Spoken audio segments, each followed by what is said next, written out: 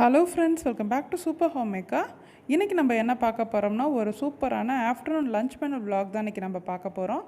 நான் இன்றைக்கி என்ன ஒரு ஸ்பெஷலாக பண்ணியிருக்கேன்னு பார்த்தீங்கன்னா, இந்த டிஷ்ஷில் எதுலேயுமே நான் புளின்றது சேர்க்கவே இல்லை. என்னென்ன பண்ணியிருக்கேன்னு பார்த்தீங்கன்னா, ஒயிட் ரைஸு, அதுக்கப்புறம் தக்காளி சூப்பு, புளியே இல்லாமல் எண்ணெய் கத்திரிக்காய் குழம்பு, அதுக்கு மேட்சிங்காக இருக்கிற மாதிரி முள்ளங்கி வறுவல் தான் நான் பண்ணியிருக்கேன். இது எப்படி செய்திருக்கேன்னு சொல்லி உங்கள்கிட்ட ஷேர் பண்ணலான்னு இருக்கேன். அதுக்கு முன்னாடி நம்ம சேனலில் ஃபஸ்ட் டைம் பார்க்குறவங்களா இருந்தீங்கன்னா, நம்ம சேனலுக்கு கீழே ரெட் கலர் சப்ஸ்கிரைப் பட்டனை கிளிக் பண்ணிவிட்டு பக்கத்தில் இருக்க பெல் ஐக்கானை கிளிக் பண்ணிங்கன்னா நான் போடுற ஒவ்வொரு வீடியோஸும் உங்கள் நோட்டிஃபிகேஷனாக வரும். ஃப்ரெண்ட்ஸ், வாங்க இப்போ வீடியோக்குள்ளே போகலாம். ஃபர்ஸ்ட் வந்து தக்காளி சூப்பு எப்படி வைக்கிறதுன்னு உங்ககிட்ட சொல்லிடுறேன். தக்காளி சூப் வைக்கிறதுக்கு 2 மீடியம் சைஸ் தக்காளி, அதுக்கப்புறம் வந்து ஒரு வெங்காயம் இது, அதுக்கப்புறம் அரிசி களைஞ்ச செகண்ட் தண்ணி, அதை ஃபஸ்ட்டு தண்ணி வாஷ் பண்ணிட்டு செகண்ட் தண்ணி நம்ம எடுத்து வச்சுக்கணும். இதுக்கு ரொம்ப டேஸ்ட்டாக நல்லாயிருக்கும் இந்த தண்ணி. அதுக்கப்புறம் வந்து பார்த்திங்கன்னா, காரத்துக்கு 2 பச்சை மிளகா, கொஞ்சோண்டு தேங்காய், அதுக்கப்புறம் தாளிக்கிறதுக்கு தேங்காயில் கொஞ்சம் அரைக்கிறதுக்கு சோம்பு, மஞ்சத்தூள், அப்புறம் டேஸ்ட்டுக்கு உப்பு, தாளிக்கிறதுக்கு எண்ணெய், இதுதான் தேவை. இந்த அரிசி களைஞ்ச தண்ணி பார்த்திங்கன்னா ரொம்ப இம்பார்ட்டன்ட், இதுதான் ரொம்ப நல்லது. ஏன்னா இது டேஸ்ட்டு கொடுக்கறது இதுதான். இந்த அரிசி களைஞ்ச தண்ணி ஒரு பாத்திரத்தில் போட்டுக்கிட்டு தக்காளியை நல்லா கரைச்சிக்கணும். நீங்கள் அரிசி களைஞ்ச தண்ணியில் நார்மல் தண்ணியில் கூட வைக்கலாம். இது 2 தக்காளியை இது மாதிரி நல்லா கரைச்சி வச்சுக்கோங்க.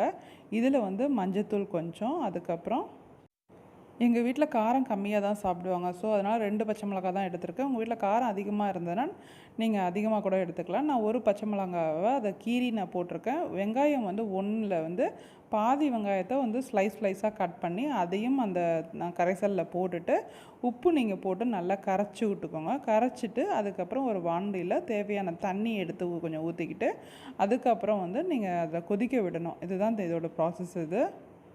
நார்மலாக நம்ம வீட்டில் மிளகு ரசம், வெங்காய ரசம், தக்காளி ரசம் இது மாதிரி தான் வச்சுருப்போம் புளி சேர்த்து. நம்ம இந்த டிஷ்ஷில் புளி எதுவுமே நான் சேர்க்கலை பாருங்கள். அதுக்கு பதிலாக நான் தக்காளி பழம் தான் சேர்த்துருக்கேன். இந்த டிஷ்ஷு ரொம்ப நல்லாயிருக்கும். ஈஸியாகவும் வச்சிடலாம். நம்ம கரைச்சி வச்சுருக்க தண்ணி ஒரு வானலியில் ஊற்றி நல்லா கொதிக்க விடணும். ஒரு 10 மினிட்ஸ் நல்லா கொதிக்க விட்டுட்டு அதோட பச்சை வாசனைலாம் போகணும். அதாவது மஞ்சத்தூள், தக்காளியோட பச்சை வாசனை இதெல்லாம் போகிறதுக்காக தான் நான் கொதிக்க விடுறேன்னா. நார்மலாக நம்ம வீட்டில் மிளகு ரசம், அதுக்கப்புறம் தக்காளி ரசம், வெங்காய ரசம் இது மாதிரி தான் ரசங்கள் புளி போட்டு வைப்போம். இந்த ரசத்துக்கு நம்ம புளின்றதே நமக்கு தேவை கிடையாது. இப்போ மூடி போட்டு நல்லா ஒரு 10 மினிட்ஸ் நல்லா கொதிக்க விட்டுற நேரத்தில் 2 பத்தை தேங்காவை எடுத்து ஒரு சின்ன ஸ்பூன் சோம்பு போட்டு நல்லா குறன்னு நம்ம அரைச்சிக்கணும். நம்ம இப்போ நல்லா கொதிச்சிருச்சு பாருங்கள். இது வைக்கிறதுக்கு டைமிங் ரொம்ப கம்மியாக தான் ஆகும்.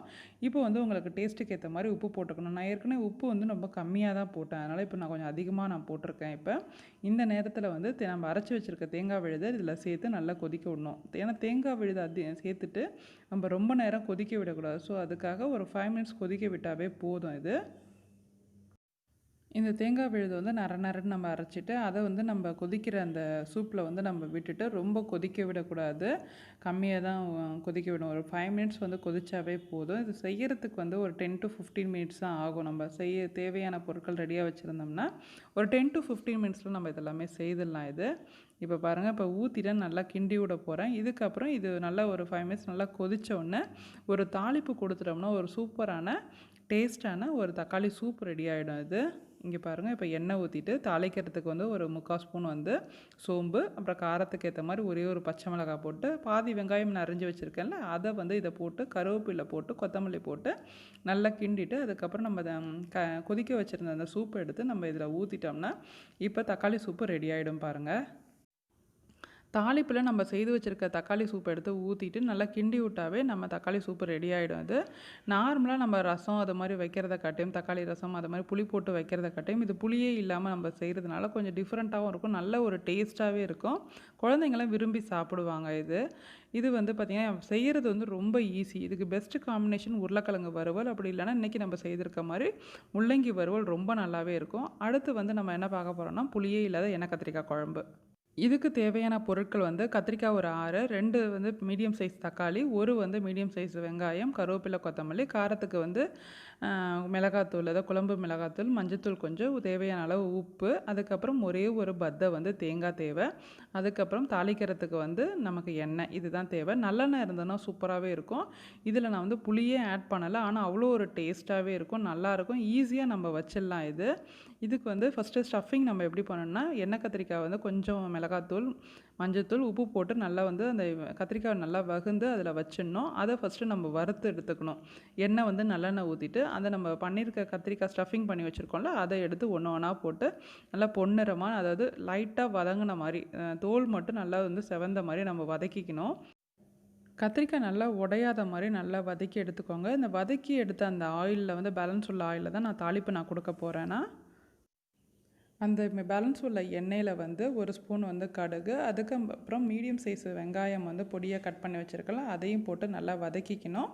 அதுக்கப்புறம் 2 தக்காளி வந்து மீடியம் சைஸ் தக்காளி வந்து பொடி பொடியாக நல்லா கட் பண்ணிவிட்டு அதையும் சேர்த்து நல்லா வதக்கிக்கணும்.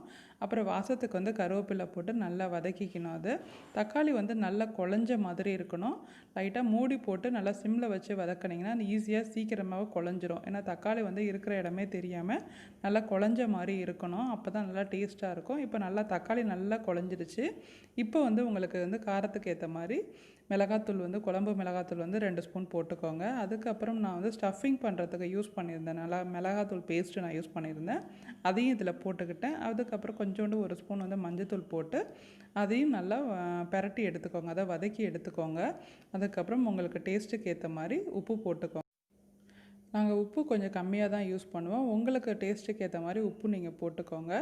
அதுக்கப்புறம் உங்களுக்கு தேவையான அளவு தண்ணி, நீங்கள் எவ்வளோ கன்சிஸ்டன்சி தேவையோ அந்த அளவுக்கு தண்ணி ஊற்றி நல்லா கொதிக்க விடணும். இந்த நேரத்தில் வந்து தண்ணி ஊற்றிட்டு ஒரு கிண்டிட்டு அதுக்கப்புறம் நம்ம ஸ்டஃப் பண்ணி நம்ம வறுத்து வச்சுருக்கோம் அந்த எண்ணெய் கத்திரிக்காவை எடுத்து நம்ம அந்த குழம்புல போடணும்.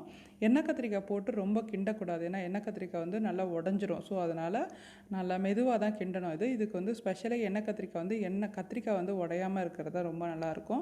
இதுக்கு வந்து ஒரு தட்டு போட்டு நல்லா மூடி விட்டு நல்லா கொதிக்க விடணும். இதோட பச்சை வாசனை வந்து நமக்கு இருக்கவே கூடாது. அது காரத்தோட பச்சை வாசனை அதெல்லாம் எதுவுமே இல்லாமல் இது பச்சை வாசனை போகிற அளவுக்கு நம்ம நல்லா கொதிக்க விடணும். இந்த குழம்பு கொதிக்கிற நேரத்தில் ஒரு பத்த தேங்காய் மைய அரைச்சி நம்ம குழம்புல ஊற்றி ஒரே ஒரு கொதி வர வச்சுட்டு நம்ம ஆஃப் பண்ணிட வேண்டியதான் நம்ம. ஏன்னா தேங்காய் ஊற்றிட்டு ரொம்ப நேரம் வந்து குழம்பு கொதிக்க விடக்கூடாது. அதுக்காக தேங்காய் ஊற்றிட்டு ஒரே ஒரு கொதி வர்ற அளவுக்கு நம்ம விட்டுட்டு கொத்தமல்லி தழை போட்டுட்டு நம்ம அடுப்பை ஆஃப் பண்ணிட வேண்டியதான் இது வந்து சூடான சாதத்தில் நெய்யோ இல்லைன்னா நல்லெண்ணெய் விட்டு நம்ம சாப்பிடும் போது ரொம்ப டேஸ்ட்டாகவே இருக்கும். புளியை வந்து கம்மியாக யூஸ் பண்ணணும்னு நினைக்கிறவங்க, இல்லை புளியே வந்து அவாய்ட் பண்ணணும்னு நினைக்கிறவங்க இது மாதிரி நம்ம வந்து ஈஸியாக நம்ம செய்து சாப்பிட்லாம். இன்றைக்கி நான் செய்கிற அந்த லன்ச் மெனுலேருந்து நான் புளியே கொஞ்சம் கூட நான் சேர்க்கவே இல்லை பாருங்கள். பாருங்கள் ஃப்ரெண்ட்ஸ், புளியே இல்லாத எண்ணெய் கத்திரிக்காய் குழம்பு இப்போ ரெடி ஆகிடுச்சு. இது பார்க்குறதுக்கும் சரி டேஸ்ட்டுக்கும் ரொம்ப நல்லாவே இருக்கும். இதுக்கு பெஸ்ட்டு காம்பினேஷன் என்னன்னு பார்த்தீங்கன்னா முள்ளங்கி வறுவல் ரொம்பவே நல்லாயிருக்கும். இந்த முள்ளங்கி வறுவல் வந்து பார்த்திங்கன்னா உடம்புக்கு ரொம்ப நல்லது. இந்த முள்ளங்கி வந்து இப்போ செய்ய தேவையான பொருட்கள் வந்து 2 முள்ளங்கி பொடி பொடியாக இது மாதிரி கட் பண்ணி வைக்கோங்க. அதுக்கப்புறம் ஒரு மீடியம் சைஸ் வெங்காயம், அதுக்கப்புறம் காரத்துக்கு ஏற்ற மாதிரி வரமிளகா. இது வரமிளகா நம்ம டைரெக்டாக சேர்க்க போகிறதில்ல, நம்ம பொடி பண்ணி தான் நம்ம பார்க்க போகிறோம்.